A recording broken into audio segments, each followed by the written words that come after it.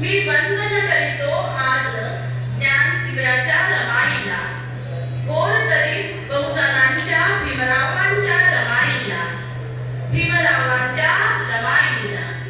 तिने कधी न केली भीमरावांना चैन सुखाची मागणी.